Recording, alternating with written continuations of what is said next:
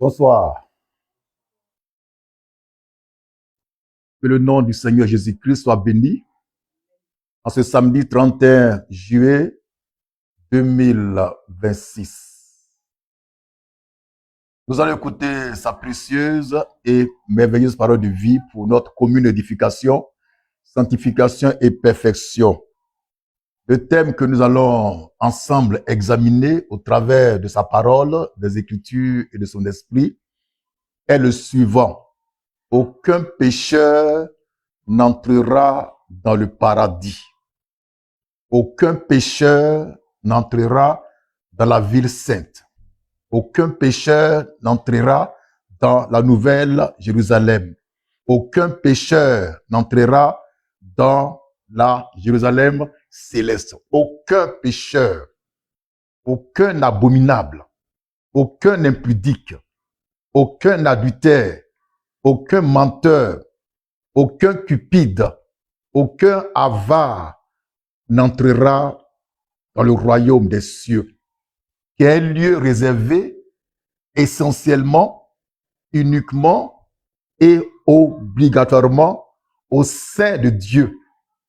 Aucun pécheur, je reprends, aucun impudique, aucun menteur, aucun cupide, aucun avare, aucun idolâtre, aucun fornicateur, aucun adultère n'entrera dans la ville sainte qui s'appelle la Nouvelle Jérusalem ou bien la Jérusalem céleste.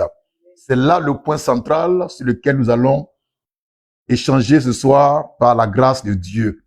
Je m'appelle frère Christ Moïse, le Fils de l'homme 3 fois saint, l'homme qui ne pratique pas le péché, l'homme qui ne peut pas pécher, l'homme en qui il n'a pas de péché, le Mashiach du Seigneur, le juif de la tribu de Juda.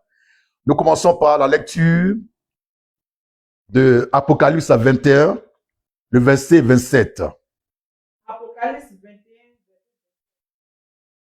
n'entrera chez elle rien de souillé, ni personne qui se livre à l'abomination et au mensonge. N'entrera que ceux qui sont écrits dans le livre de vie de la vie. Très bien. L'Écriture dit, par la voix de l'ange qui parlait à l'apôtre Jean, personne n'entrera dans la ville céleste, ni souillé, ni pécheur. On va reprendre ça. Il n'entrera chez elle. Voilà, il en entrera chez elle, c'est-à-dire dans la ville sainte. Rien de souillé. Rien de souillé. Ni personne. Ni personne qui se livre à l'abomination. Qui se livre à l'abomination et au mensonge. Et au mensonge. Point. Il n'entrera dans le paradis rien de souillé, rien d'impur, ni personne qui se livre à l'abomination et au mensonge, au péché, à l'adultère, à la fornication, à l'idolâtrie. Personne qui pêche ne pourra entrer au ciel. Pourquoi nous insistons sur ce passage-là?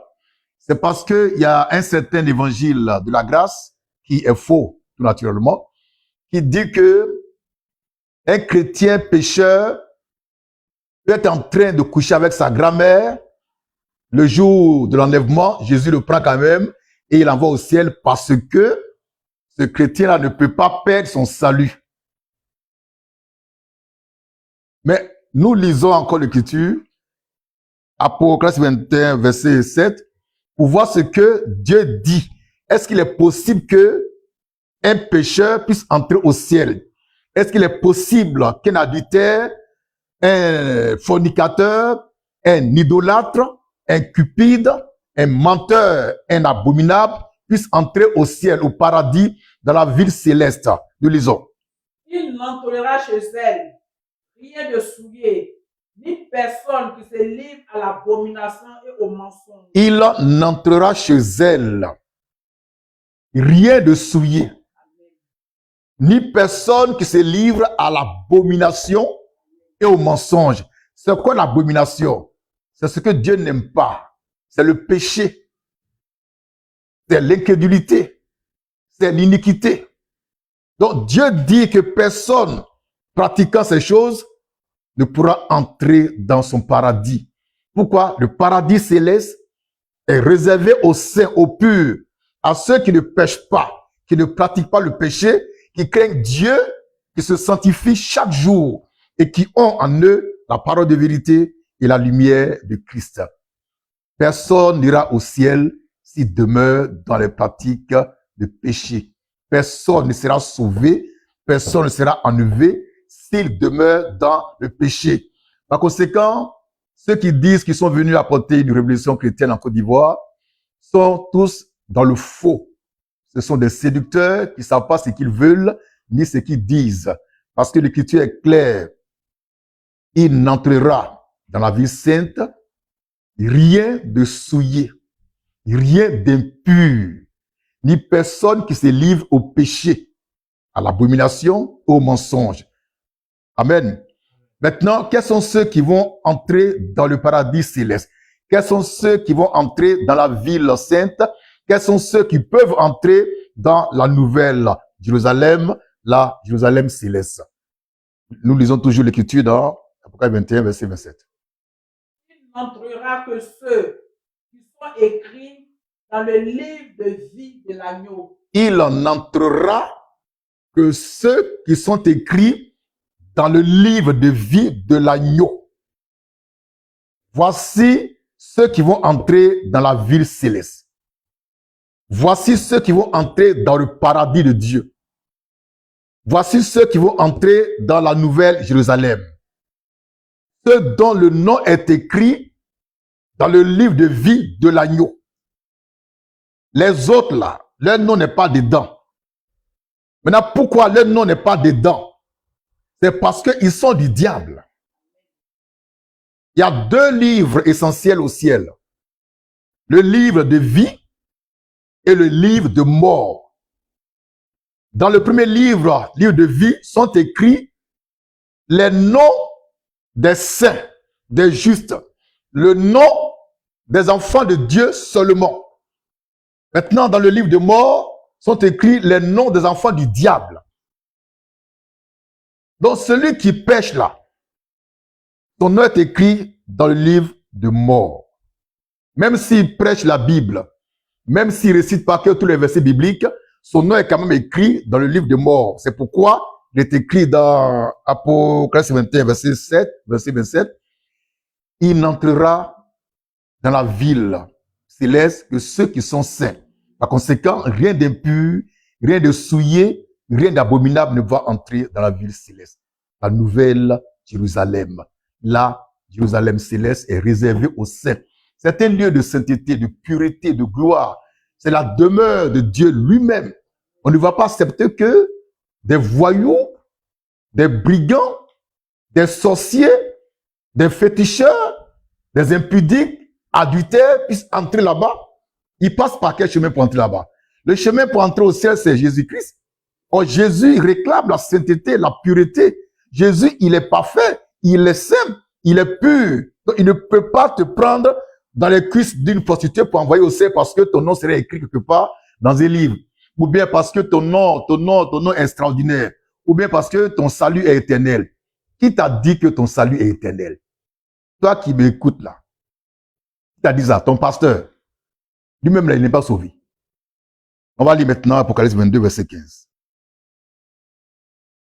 Lecture. Apocalypse 22, verset 15. Oui. Moi, Jésus, j'ai envoyé mon ange pour vous attester ces choses dans les églises. Je suis le rejeton et la postérité. Verset 15. Oui, verset 15. D'accord? 22, 15. Oui, il faut dire. Apocalypse 22, verset 15. Dehors les chiens. Dehors les chiens, Oui. les enchanteurs, Les enchanteurs. les impudiques, Les impudiques. les meurtriers, Les meurtriers. les idolâtres, Les idolâtres. et quiconque aime pratique le mensonge. et pratique le mensonge. Nous allons confronter ce passage biblique à l'enseignement de ces soi-disant missionnaires qui disent que Même si on te prend en train de coucher avec une prostituée, c'est-à-dire commettre la fornication ou l'adultère, Jésus vient, il te prend, il t'envoie au ciel. Mais Jésus, il dit quoi? Dehors les impudiques. Dehors les impudiques. Et ça, c'est Jésus qui dit ça. Ce n'est pas ton missionnaire. C'est Jésus qui dit ça. Dehors les chiens. Dehors les impudiques. Dehors les meurtriers. Dehors les enchanteurs. Dehors tous ceux qui aiment, qui pratiquent le mensonge. Donc Jésus n'a jamais dit que s'il revenait trouver, c'est pas un chrétien dans la cuisse d'une prostituée, il va le prendre par le ciel. Pour quelle raison? On prend Jésus pour un pantin, pour un comédien, pour quelqu'un qui ne sait pas ce qu'il veut. Quelqu'un est venu mourir, souffrir pour les péchés, et on dit tu pêches, tu vas au ciel quand même. Mais pourquoi il est venu mourir alors? Il aurait fallu qu'il reste là-bas, peinard dans le ciel. Il est venu sur la terre pour porter nos péchés, pour souffrir pour nos péchés, afin que nous soyons purs et saints devant lui. Malgré ça, on nous dit que non, même si tu es en train de pécher, que Jésus vient, il te prend quand même parce que ton salut sera éternel. Qui t'a dit que ton salut est éternel? Missionnaire. Qui t'a dit ça? Qui t'a dit ça? Qui a dit que le salut est éternel pour tout le monde? L'écriture est claire. On va relire ça. Apocalypse 22, verset 15. Apocalypse 22. Et c'est Jésus qui parle. Hein? Ce n'est pas ton pasteur qui parle. Ce n'est pas ton missionnaire qui parle. Ce n'est pas ton bishop. Ce n'est pas ton prophète. C'est Jésus lui-même qui parle. Il dit quoi? Dehors les chiens. Dehors les chiens. Les enchanteurs. Les enchanteurs. Les impudiques. Les impudiques. Les meurtriers. Les meurtriers. Les idolâtres. Les idolâtres. Et quiconque aime et pratique le mensonge. Il dit dehors. Autrement dit, ils ne vont pas entrer au ciel.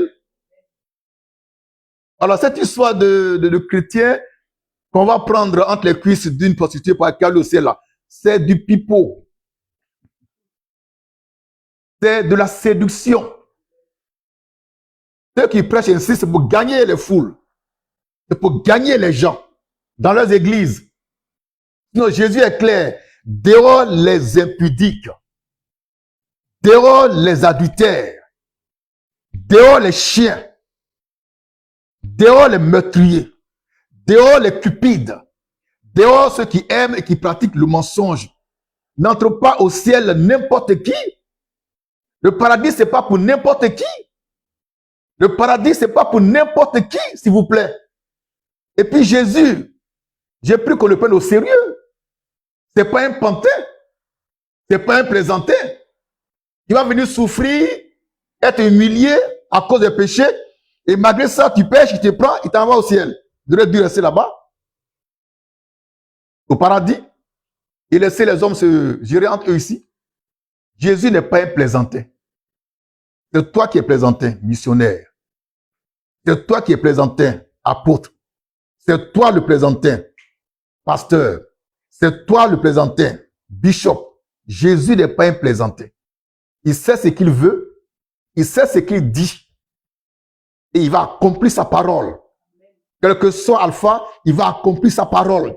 Tu es impudique, tu ne vas pas entrer au ciel. Tu es adultère, tu ne vas pas entrer au ciel. Tu ne vas pas être enlevé, ce n'est pas possible. Dehors les chiens, dehors les impudiques, dehors les adultères, dehors les menteurs, dehors les cupides, dehors les idolâtres, dehors les menteurs et tous ceux qui aiment et qui pratiquent le mensonge. Pardon chérie, donne-moi la Bible. On va lire quelques passages là pour vous montrer à quoi ressemble la nouvelle Jérusalem, la ville sainte, afin que vous puissiez vous calmer un peu, vous qui êtes venus apporter une révolution, tout en encourageant les gens à pécher et à faire n'importe quoi. Nous sommes dans Apocalypse 21. 21. Voilà. 21. Le verset 11. Verset 11. Après, verset 11.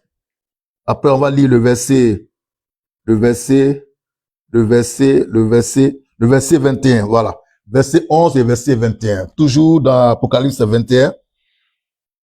Verset 11 d'abord. Ensuite, verset 21. Je vais vous montrer à quoi ressemble la nouvelle Jérusalem pour voir si les pécheurs peuvent entrer là-bas. Pour voir si quelqu'un qui est en train de commettre adultère et coucher avec sa grand-mère peut entrer là-bas. Lecture. Apocalypse 21, verset 11. Son éclat était semblable à celui d'une pierre très précieuse, d'une pierre de jaspe, transparente comme du cristal. L'éclat de la ville céleste, l'éclat de la ville sainte, l'éclat de la nouvelle Jérusalem, l'éclat de la Jérusalem céleste est semblable à quoi? Est semblable à une pierre très précieuse. À une pierre très très précieuse. Une pierre de jaspe. Jaspe. Transparente comme du cristal. Transparent comme du cristal. Le ciel est transparent comme du cristal. C'est pur comme du cristal. Il n'y a pas là-bas d'impureté, de saleté. Et c'est dans ce coin-là que toi, missionnaire, tu dis à tes enfants, même si vous péchez, vous partez là-bas, ils vont aller dans le paradis de ton Père. Ce n'est pas chez Dieu là-bas. Verset 15 maintenant. Oui. Celui qui me parlait Oui. avait pour mesure un roseau d'or afin de mesurer la ville. Verset 21. Verset 21, oui. Les 12 portes étaient 12 perles. Très bien. Les portes de la ville céleste, les portes de la Nouvelle Jérusalem, ce sont des perles. C'est des portes en perles. Dans la Bible. C'est des portes en perles. Ce n'est pas des portes en bois, comme chez vous là. Des portes en perles. Maintenant, on va lire encore.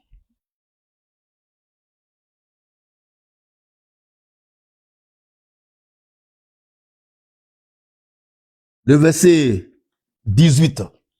Donc, on retient que les portes de cette ville sainte, qui est la nouvelle Jérusalem, ou bien la Jérusalem céleste, c'est des portes en perles. Des portes précieuses. Là-bas, tout est précieux. Tout est glorieux, merveilleux, lumineux, divin. Et c'est là que on va prendre quelqu'un qui a dû coucher sa grand-mère pour rentrer là-bas parce que son salut serait éternel. Ou bien parce que son nom serait écrit dans le livre de vie. Le livre là, tu l'as déjà vu. Le livre que tu prêches à tes frères, tu as déjà vu ça. Ton nom est dedans. Mettez vos conneries là. Lecture.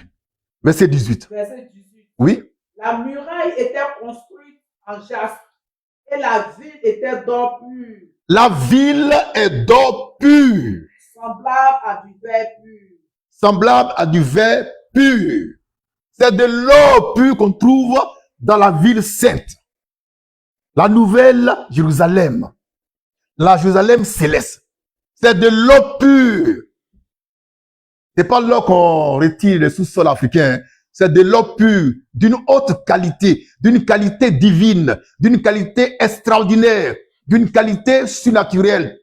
Alors, dans une telle ville dorée, on va prendre un pécheur dans les cuisses de sa grand-mère pour envoyer ça là-bas.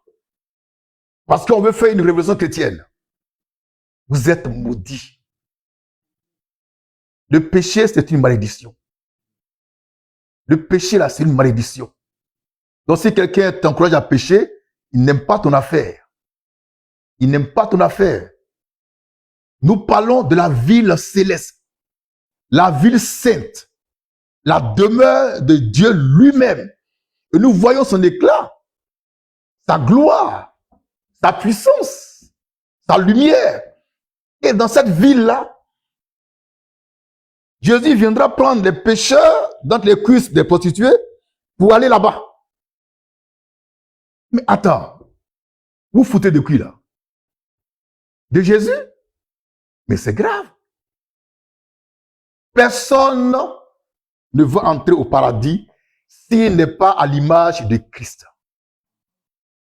Personne. Tu peux bosser Bible par cœur, prêcher Bible par cœur, il n'y a pas de souci. Mais si tu n'es pas à l'image de Christ, tu ne vas pas entrer au paradis. La demeure de Dieu, de la ville sainte, une ville qui est tellement pure, qui est tellement glorieuse qu'on n'ose même pas approcher. Et c'est là qu'on va prendre tous ces crapauds, ces chiens, ces bâtards pour aller. Parce que ils sont dans une certaine révolution chrétienne. Parce que ils connaissent la Bible. Papas et mamans, je vous le dis en vérité, par rapport du Seigneur, la ville sainte là, elle est construite pour les saints uniquement. Pour les saints seulement. Les fils de Dieu, les filles de Dieu, n'importe qui ne va pas entrer dedans. La sélection se fait déjà ici-bas. Dieu a sélectionné les gens. Il y en a qui sont en train de pécher et qui encouragent ça. Il y en a qui disent qu'ils sont saints et puis ils recherchent la pureté. Les deux groupes sont là, manifestés. Et on avance seulement. Papas et mamans.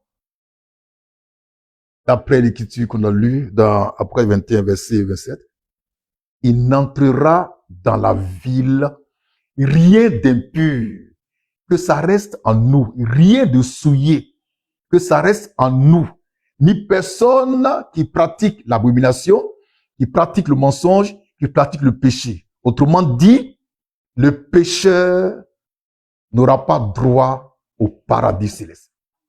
Le pécheur ne va pas entrer dans la ville sainte. Mais le nom, c'est quoi? C'est ville sainte.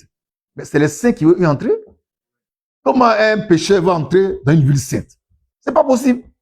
Aujourd'hui, qu'est-ce qu'on constate sur la plateforme, sur le méta, comme on dit? Il y a des pécheurs qui ont prêché pendant 20 ans, que l'homme est pécheur, l'homme doit pécher, et qui maintenant font la prière des saints parce que nous, on fait la prière des saints. De faux imitateurs qui cherchent la gloire des hommes. Faites la prière des saints. On vous laisse ça, faites ça. Mais Jésus dit, dans la vie sainte là, aucun pécheur ne va y entrer. Aucun impudique, aucun adultère, aucun idolâtre, aucun menteur.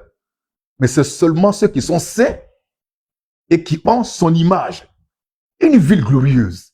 Mais quand on décrit ça, mais tu n'as pas peur? Les portes sont en pelle.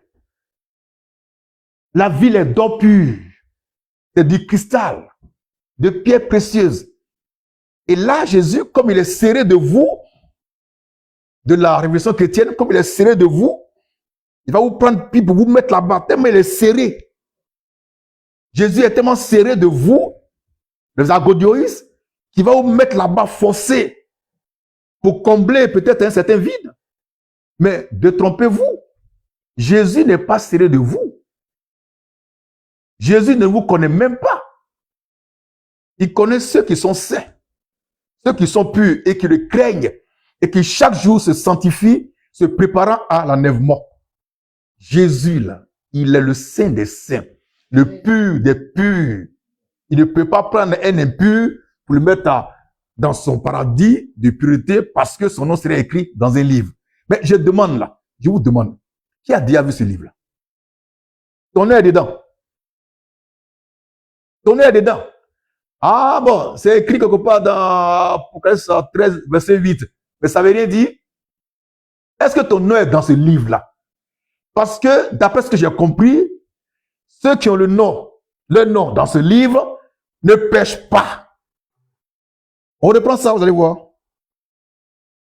21, 27. Apocalypse 21, verset 27. Oui. Il n'entrera chez elle Oui. rien de souillé. Oui. Ni personne qui se livre à l'abomination et au mensonge. Oui. Il n'entrera que ceux qui sont écrits dans le livre de vie de l'agneau. En lisant ce passage-là et en le comprenant par l'Esprit du Seigneur, on voit qu'il y a deux groupes qui sont mentionnés ici. Là. Il y a deux groupes qui sont manifestés. Premier groupe, c'est ceux qui pêchent les abominables. Deuxième, ceux dont le nom est écrit dans le livre de vie de l'agneau. Ça veut dire que le groupe des pécheurs, leur nom n'est pas écrit dans ce livre-là. C'est clair?